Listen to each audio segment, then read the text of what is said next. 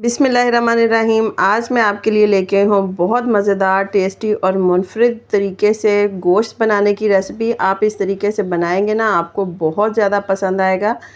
नमकीन गोश्त हो, रोश हो, वैसे कोरमा तो सभी बनाते हैं, लेकिन आप जब इस तरीके से बनाएंगे तो और ही इसका टेस्ट दुबाला हो जाएगा। अस्सलाम वालेकुम व्यूवर्स, खुश रहें, आबाद रहें। चले जी, आज की हम अपनी रेसिपी स्टार्ट करते हैं। सबसे पहले मैंने यहाँ पर प्याज लिया और प्याज को मैंने अंदर से कट लगा लिए इस तरीके से। और इसके जो टमाटर हैं, टमाटर के ऊपर वाली जो डंडी है ना, डंडी वाली जो साइड होती है, उसको मैंने काट लेना है। काट के मैंने रख लिए। यहाँ पर मैंने गोश्त लिया, मट्टी की हांडी मैंने सबसे पहले लिया। उसके अंदर मैंने गोश्त धोकर अच्छी तरीके से उसका पानी जब वो नुचड़ जाएगा ना, तब मैंने इसके अंदर इसको ऐड किया। और इसके अंदर मैंने ऐसे ही टमाटर ऐड कर दिए हैं, प्याज भी ऐसे ही इसके अंदर ऐड कर दूँगी और लहसुन भी इसके अंदर ऐसे ही ऐड कर दूँगी। अब इसके अंदर मैंने ऐड कर दिया है ऑयल। ऑयल भी मैंने इसके साथ ही इसके अंदर ऐड कर देना है। और इसके साथ ऐड करने के बाद इसको हमने पकने के लिए रख देना है चूल्हे के ऊपर।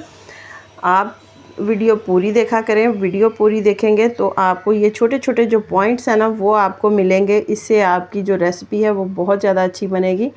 अब इसके अंदर मैंने छोटे 2 कटोरियाँ जो हैं वो मैंने पानी इसके अंदर ऐड किया और सिर्फ इसके अंदर नमक और हल्दी मैंने इसके अंदर ऐड किया है। और इसको मैंने ढक कर मीडियम फ्लेम पर मैं इसको रख दूँगी ताकि इसके अंदर उबाल आना शुरू हो जाए।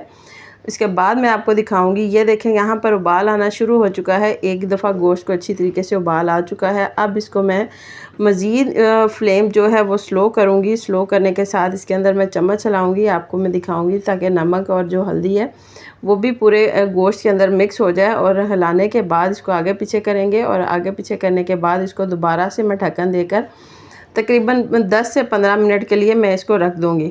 10 से 15 मिनट हो चुके हैं, ये देखें, और बेहतरीन सा गोश्त जो है वो गल रहा है, बिल्कुल भी बाहर नहीं आ रहा। इस मिट्टी की हांडी में पकाने के नहायत ही मुफीद तरीके हैं और बहुत ज़्यादा इसके फ़ायदे हैं।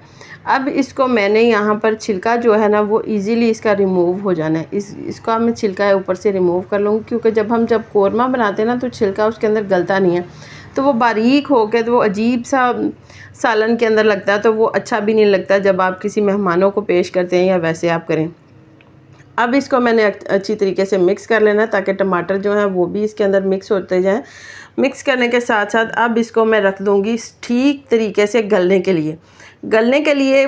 इस बर्तन में तकरीबन इसको आधा घंटा ज़रूर लग जाएगा। जब इसको ये गल जाए तो ऊपर से मेरा जो पानी है वो सारा मैं उतार लूँगी। ये देखिए, काफ़ी टाइम हो चुका है और गोश्त मेरा गल चुका है। गलने के बाद ऊपर से मैंने पानी थोड़ा सा उतार लिया है। इसके साथ अब मैं इसके अंदर स्पाइसेस ऐड करूँगी, क्योंकि खड़े मसाले मैंने इसके अंदर कोई नहीं ऐड किए थे। सिर्फ मैं इसके अंदर गरम मसाला पीस कर भुना हुआ पिसा हुआ गरम मसाला इसके अंदर ऐड किया है। और साथ में खुश्क धनिया जो है वो दरदरा कूट के इसके अंदर ऐड किया ताकि गोश्त के अंदर से खुशबू आना शुरू हो जाए, क्योंकि खड़े मसाले अक्सर लोगों को बिल्कुल भी पसंद नहीं होते, तो इस वजह से हमने खड़े मसाले इसके अंदर बिल्कुल ऐड नहीं किए। और इसके अंदर मैंने सुर्ख मिर्च जो है वो तकरीबन मैंने दरमियान में ऐड की है। आप इसी तरीके से इसको वीडियो को पूरा देखते जाएं। स्टेप बाय स्टेप मैं आपको बताती जाऊंगी स्पाइसेस कब कब किस टाइम पर आप इसके अंदर ऐड करेंगे। उसी तरीके से जब आप बनाएंगे ना तो आपकी रेसिपी बहुत मज़े की बनेगी। आप बच्चे क्या, मेहमान क्या, सब मांग कर आपसे खाने वाले हैं जब आप इस तरीके से कोरमा बनाएंगे। अगर कोरमा बनाना ही है तो आप इस तरीके से बनाएं, बहुत टेस्टी बनेगा, नहायत ही मज़ेदार बनेगा। अब हमने इसको भून लेना है। इसको 10 से 15 मिनट के लिए अच्छी तरीके से भूनना है, क्योंकि इसके अंदर से जो गोश्त की स्मेल है वो भी ख़त्म होगी, क्योंकि हमने इसके अंदर ऐड किया है थोड़ा सा गरम मसाला, भुना हुआ पिसा हुआ गरम मसाला इसके अंदर ऐड किया। अगर आप यहाँ पर दही इसके अंदर ऐड करना चाहें तो दही ऐड कर सकते हैं, लेकिन जिस तरीके से मैंने इसको पकाया है इसके अंदर दही या कोई भी क्रीम ऐड करने की बिल्कुल भी ज़रूरत नहीं है। अब जो पानी मेरा बच गया था ना, वो जो मैंने उसके ऊपर से पहले मैंने उतारा था, वो मैं इसके ऊपर डाल दूँगी। और डालने के बाद इसको तकरीबन 5 से 10 मिनट के लिए मज़ीद हम इसको पकने के लिए रख देंगे। पानी जो है वो मैंने गोश्त के ऊपर से उतारा था, इसलिए इसको बहुत ज़्यादा पकाने की ज़रूरत नहीं है ग्रेवी को। अगर आप सादा पानी, सिंपल पानी इसके अंदर ऐड करते हैं फिर आपको ज़्यादा पकाने की ज़रूरत पड़ेगी, क्योंकि वो पानी का कच्चापन जो होता है उसको भी पकते हुए थोड़ा सा टाइम लगेगा। इसलिए मैं अक्सर गोश्त के ऊपर से ही पानी उतार लेती हूँ और वही बाद में पानी इसके अंदर ऐड कर देती हूँ ग्रेवी बनाने के लिए, तो वो टाइम की बचत हो जाती जाती है, जिसकी वजह से ग्रेवी जो है वो पहले ही पकी होती है, बस उसको हल्का सा हम कुक करते हैं और वो ग्रेवी तैयार हो जाती है। इसके ऊपर मज़ीद हम धनिया ऐड करेंगे और अपनी हांडी जो है वो चूल्हे के ऊपर से मैंने उतार ली है।